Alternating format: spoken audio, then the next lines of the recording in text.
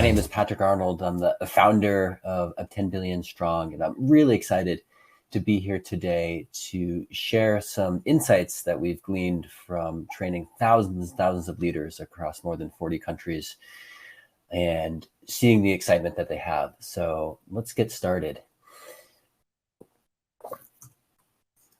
So we wanted to talk about our Green Leadership Program and how we have a specific methodology for training leaders to be impactful to address some of the world's most pressing environmental issues. So what we do is we convene high potential leaders. We bring them together for training programs. We build their capacity to learn and grow together and to launch movements and to ultimately drive environmental impact. The big goal of what we're doing through this leadership development is to drive environmental impact. So how do we do this? So we have a set of curricula called the Green Leaders Academy, where we focus on environmental literacy, leadership, and civic engagement. So environmental literacy is so that our participants can understand what are the issues that are happening in their communities and across the globe. They develop their leadership skills so they can lead themselves and that they can lead others. And most importantly, they learn about civic engagement so they can use the levers of power to create change in their communities. It's not important to us just for them to learn about the environmental challenges, but we're optimistic and we're thinking about an abundant life in a planet that works for all life. So we must move to effective action.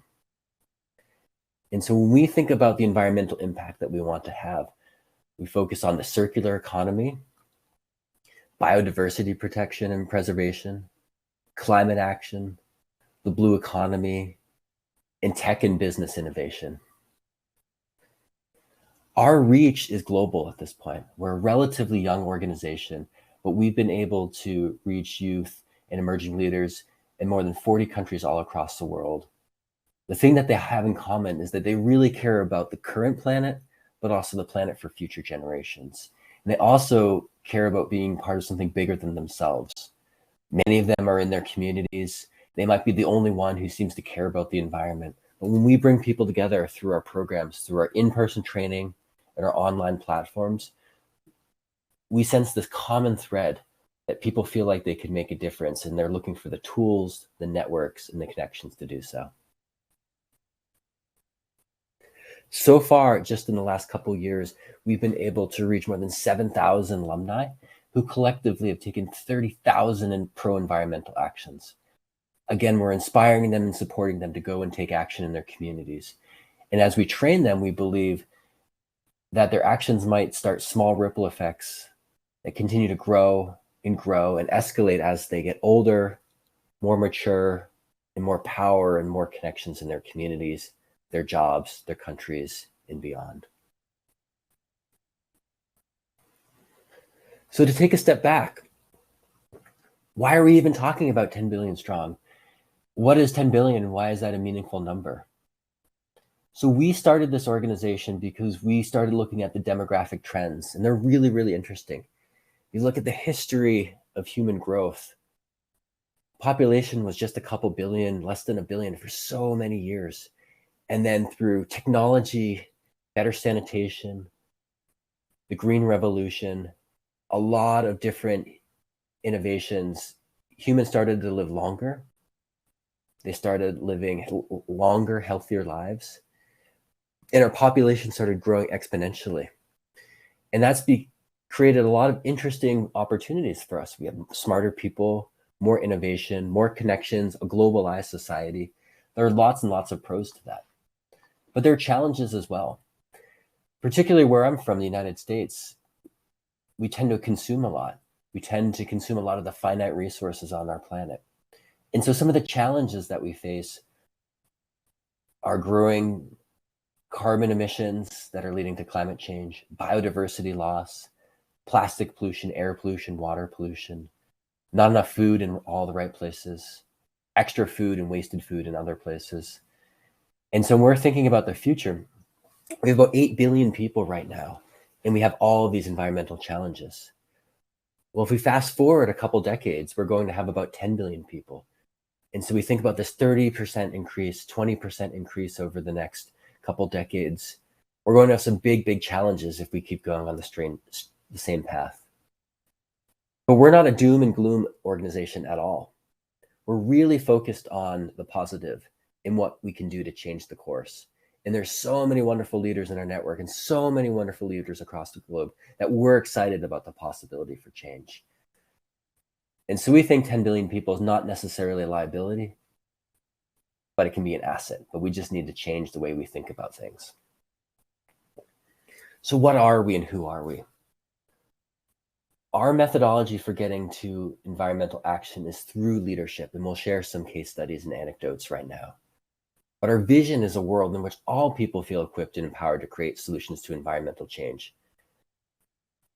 Environmental leaders are not just for some people. They're not just for scientists or biologists or people who work in conservation, but it can be politicians, business leaders, technology leaders, lawyers, authors, artists, everyday people. It can be anybody. And so what we want to do and what we are doing is we're inspiring them, we're training them, and we're supporting the next generation of global environmental leaders so that together as a network, we can create massive change.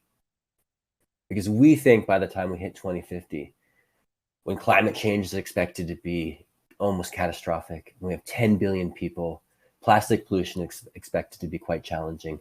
We think if we change the way we do everything and we change the way people think about their impact on the world, we can imagine a brighter future. And so when we define environmental leadership, we think about environmental literacy. So what's going on the planet, really understanding it, understanding the nuance, understanding how things work, how systems work, how things should work, with a bias for effective action. It's not enough just to learn about these things, but we have to take action. And more importantly, we have to make sure it's the right action to make the change for our planet.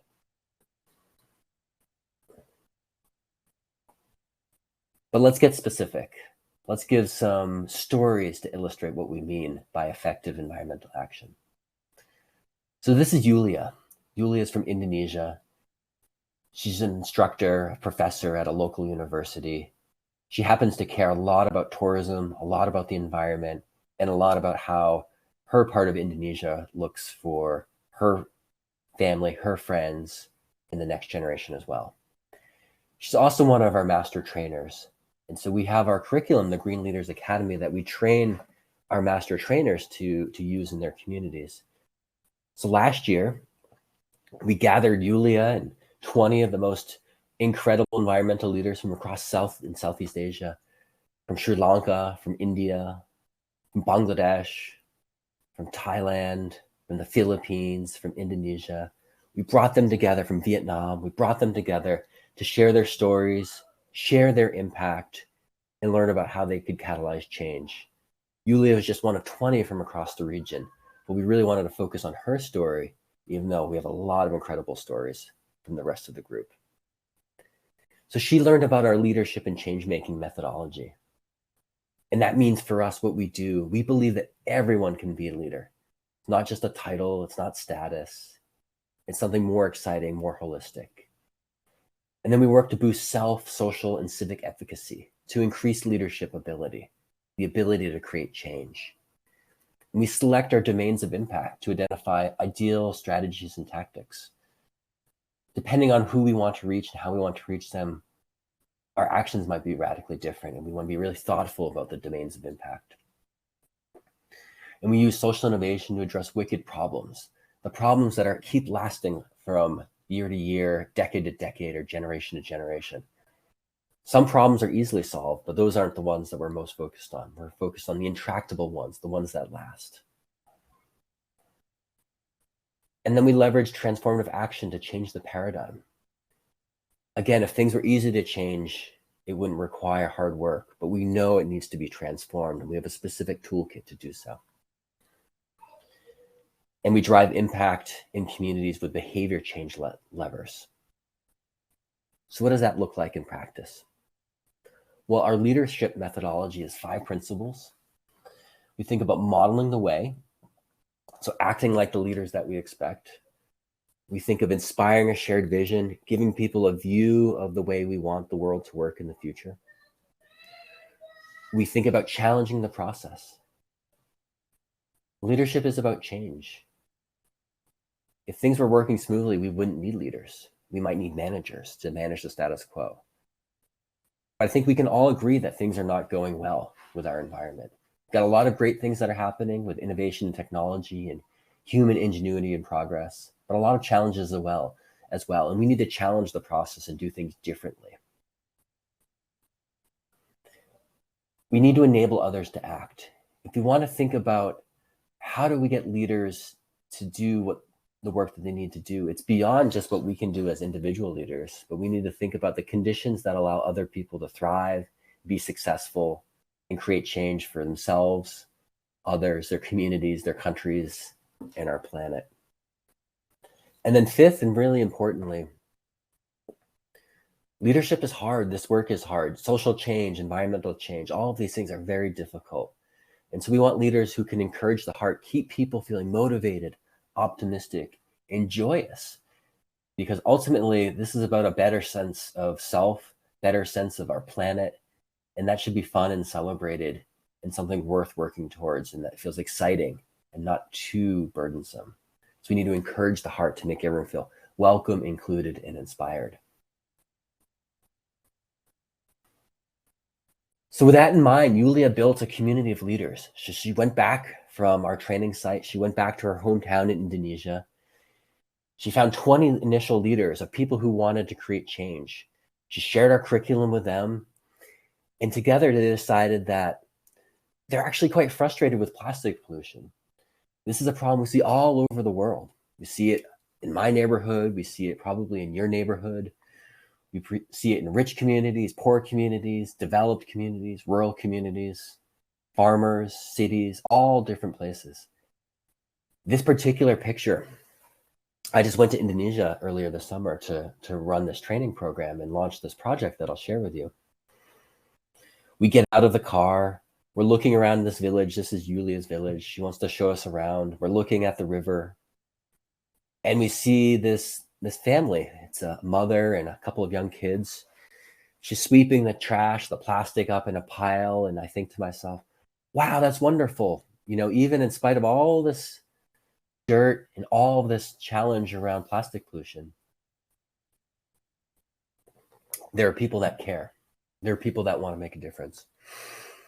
Well, I was really surprised in just a moment because right after she swept it in a big pile, she brought it over to that tree right next to the river.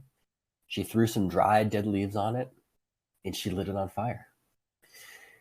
And we all know there's really two bad things that can happen with plastic, and they're both pretty terrible, but burning's probably the worst. And the second worst is for it to end up in the water, in the creeks, and the rivers.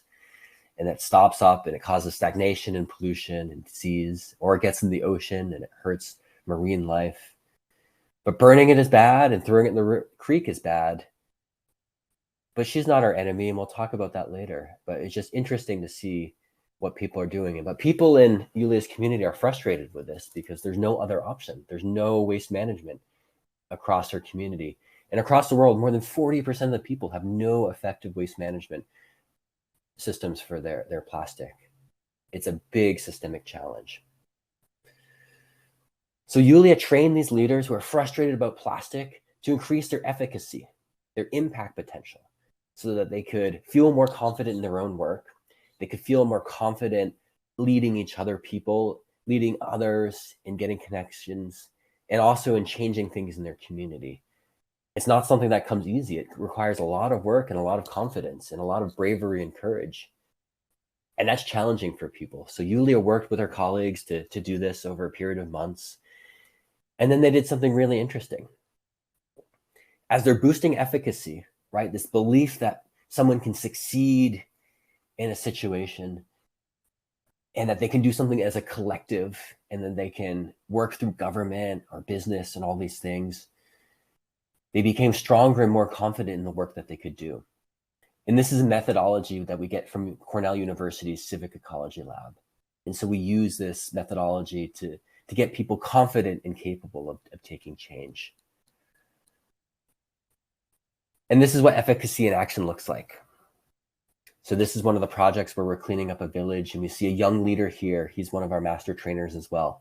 He's up on a tree stump, and he's telling the young people and he's telling the team what to do, and he feels confident and clear about the change that we're working towards. He's up top, he's leading up front, he's modeling the way, and he feels like there's a clear path. And it's so exciting. It's so beautiful to see efficacy in action. And they felt so many challenges around plastic pollution. And as many of you know, this is a problem that doesn't seem to get better. In fact, it seems to get worse year after year. And so they used a framework called social innovation. And social innovation is a focus on societal or environmental problems. And it's designing a new solution, something that hasn't been done before. And it's inclusive, it's holistic, and it leads to benefits for people. And so they said, well, if we try to solve the problem the way it's been solved before, we probably won't get very far. And so with some partners, some connections through organizations, through the Hong Kong-based Ocean Recovery Alliance, through 10 Billion Strong, we started to deploy a new program, a new initiative for dealing with plastic waste. So it's called Harvest Plastic in Global Alert. So how did these things address the plastic crisis? Well, in a couple of very, very important ways. So for Harvest Plastic, we're working with communities, we're working with villages who have no plastic pollution, no waste management process. Typically what people do is they burn their trash or they throw it on the ground. And if it's on the ground, it ends up in gardens, it ends up in drainage canals, it clogs them up in high rains, it ends up in the creeks and the rivers and the ocean, and it harms life the whole way down from the village to the creek to the river to the ocean. We all know plastic is forever. Unless it's burned, it's forever. But burning it is so bad. It's bad for the lungs, it's bad for health, it's bad for the air quality. So what we're trying to do with Harvest Plastic is think about giving people different choices for their plastic.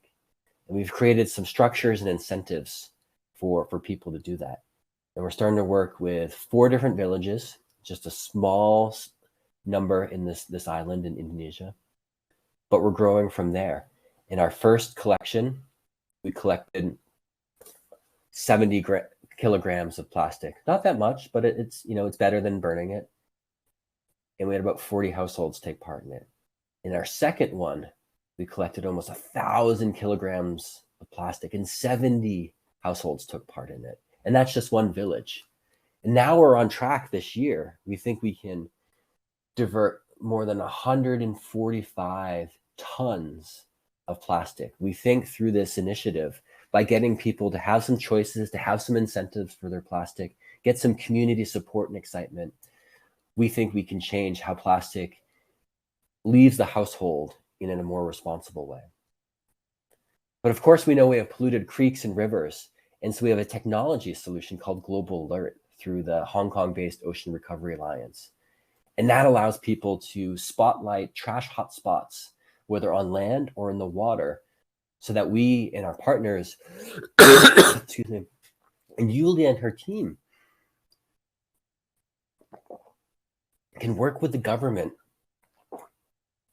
to help people think about, understand where plastic is and how they can get it out of the environment.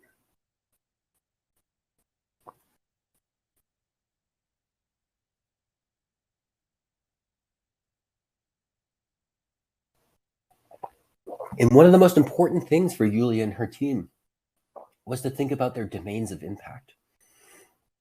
Social and environmental change can happen at all different levels. It can happen in a family, on a street, a neighborhood, a community, a large city, a country, a whole region, or across the globe.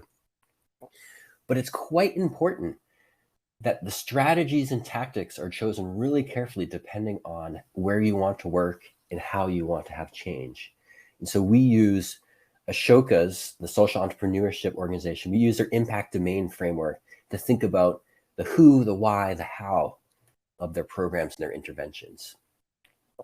And so what they ended up choosing is what we call scaled direct service.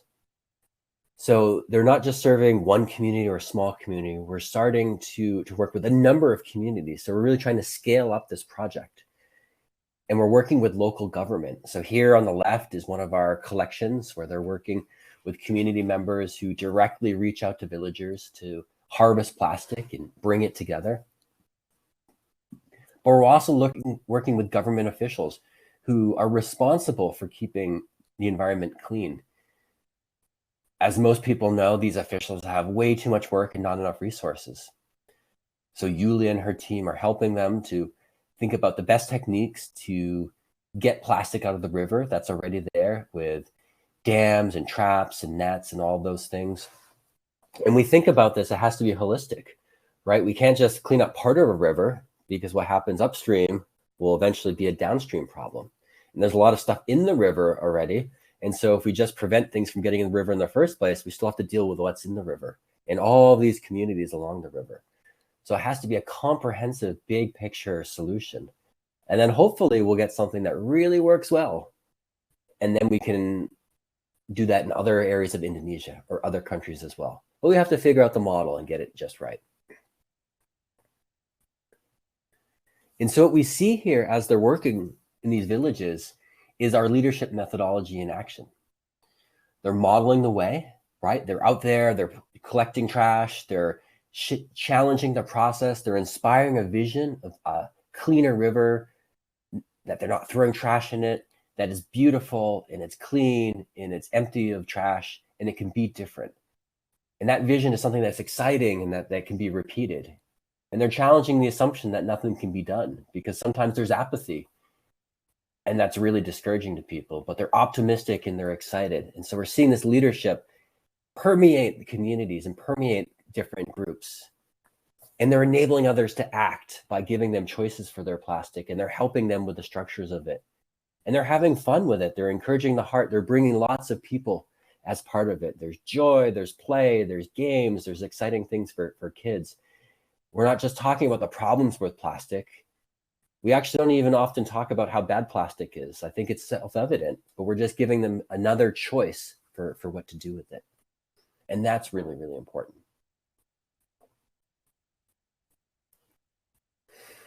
And one of the things that's really important to environmental change and social change is transformative action. So what does that mean? Transformative action is the ability to offer people a better vision of the future, very similar to inspired a shared vision. You have to shine a light on obstacles and injustice. You have to spotlight it for others to see. And you have to transform your enemies into allies. And here's a really good example, going back to the first picture of plastic that was burning that I shared. That person who did that's not the enemy. We didn't tell her she was wrong. We didn't make her feel bad. We didn't tell her she was doing something she shouldn't have.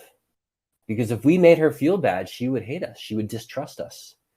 We were strangers. We were with local people in her community, but I was a stranger. I was from a different place. It wasn't my place to tell her she was doing the wrong thing, especially because I know that she doesn't have any options. So what we need to do in those situations is not create more enemies, but we need to create more friends and allies. Only by transforming that conflict, only by transforming that behavior that we don't like, can we truly create change. Because I could possibly have told her, or Yulia could have told her, don't do that. And maybe she would have put the trash back in her house for the day. And probably the next day she would have done the same thing when we were gone. That's not changing the paradigm. That's not transforming anything. That's just making her feel bad. So then what can we do? What can we do if we actually want to create change? That's a good question. And we're not going to tell her to do the right thing because we don't think it'll work. We have to think about a different strategy. And so one of the things that we do is we think about effective action and behavior change. And so there's a really fantastic organization called the Center for Behavior in the Environment, or RARE. And they think there are 6 levers, 6 really important levers for behavior change. One is social influences. So people's peers, maybe people with status, whether it's an educator or another community leader. There's information. And so when we think about this example, we could have told this woman that it's bad to burn plastic, it's bad for the environment, but maybe that would help, maybe not. There's emotional appeals. We could talk about the fish or the children We could say it's really important not to do this for your children. Think about keeping them healthy. We could talk about the health of the river, the oceans. We could have rules or regulations. There could be a fine if she throws trash there. Maybe there is already, but is it enforced? We don't really know. Or there's choice architecture, which is something we think a lot about. If we don't want people to throw trash in the river or burn it, we have to give them a viable pathway for them to put their trash somewhere else. And that's what we're doing with Harvest Plastic. And we combine that with material incentives. And so we can't pay people for their trash directly because there's too much trash. There's too much trash all over the world. There's not enough dollars or rupiah or yen or euros or any currency to pay everybody for their trash, right? We all know ultimately people have to pay for their own trash. But what we've done is we set up a contest. There's a bit of a lottery, if you will, where every family, every household that turns in trash is eligible for a ticket. They turn in 2 kilograms of plastic waste in our Harvest Plastic collections. They get a ticket. And at the end of 2 weeks, we draw some winners and they get a small cash bonus for that. It's not very much individually and it's not very much collectively, but it's enough for them to feel proud to get a little extra money, especially in areas where they don't have a lot. But most importantly, it gets a lot of people interested in it, and it feels fun, and it feels like a game, and it feels something that's worth changing your everyday patterns for. And it's a little bit of money, but it goes a long way. And we're using some of that excitement, some of those material incentives to build a pattern of change. And our vision, our belief, our hypothesis is that over time, people realize it's not that hard to separate your organic waste and your plastic waste. And the most important thing with collecting household plastic waste is if it's clean, it can be recycled. And so what we do is we're connecting these rural villages to things called plastic banks, where all the plastic comes together. And from there, it can be sorted, cleaned without too much effort, and then recycled to another product. And so 1, it stays out of the environment. 2, it doesn't get burned. 3, it doesn't get mixed with everything else. And 4, it can reduce further emissions and further production of plastic because that plastic can be used for something else. Plastic's complicated. There's lots of different types, lots of different combinations that work together or don't work together. But the most important thing is to collect it in one place and keep it clean, and then a lot can be done with it. But if it's contaminated or it's thrown in the environment, there's very, very little that can be done with it. So we're giving those material incentives. We're also giving people this choice architecture. They would burn it, they would throw it in the ground, and now this is the third path. They can join this program, and they can have a little bit of social influences as well. So now that we have maybe in a village, half the community is doing it, the other half say, oh, what's going on? All right, maybe we can be part of that too. Maybe we can be part of this competition. And we can give them pride and excitement of changing their community and keeping it a little bit cleaner. Better for them, better for their families, better for their kids, better for the environment. But of the levers of change that I shared, we're not giving them much information because we know it doesn't really matter if you tell them plastic is bad to put in a river if they don't have a better place for it. And we're not giving a lot of emotional appeals because we know they need that choice. We know that they need something else. And so it's important for every situation, every environmental intervention, you have to really think about the human dynamics at play and find the right levers of behavior change for the right situation. And all of it's a hypothesis. And the point of doing this work is you develop a hypothesis, you test it, and you iterate or you change depending on the results. So to wrap up here, we started about our goal of environmental impact, but we believe that change starts with a leader and ends with a movement to drive that change. And so all of you who are seeing this, whether it's the live session or the recorded session, what we want you to believe is that you can be the driver of change, just like Yulia here. She came to one training for just a couple days. She learned a methodology. She was inspired to go back into her community with a vision. She's mobilized dozens and dozens of people, at this point, hundreds and hundreds of people for this vision. But if you asked her a year ago, she probably would have said it's impossible. And so the point that we want to share with all of you is that everybody can be a leader. And it starts by taking one action on one day and growing and getting a little bit better, sharing that vision with others, helping them along the way, and ultimately creating something beautiful together. And it's beautiful to bring people together, but it's also great for our planet as we're collecting plastic, we're diverting it from the environment, we're keeping areas pristine and pure, thinking about for the next generation that's healthier for people, better for plants and animals, and better for the next generation. We can all be leaders. We can all take thoughtful steps to create a better world. We just need a little bit of will to do so. So thank you for tuning in today. It's been a joy and an honor to be here, and I'm really grateful for everyone's perspectives, thoughts, and the leadership that you're taking on in your own lives. Thank you very much.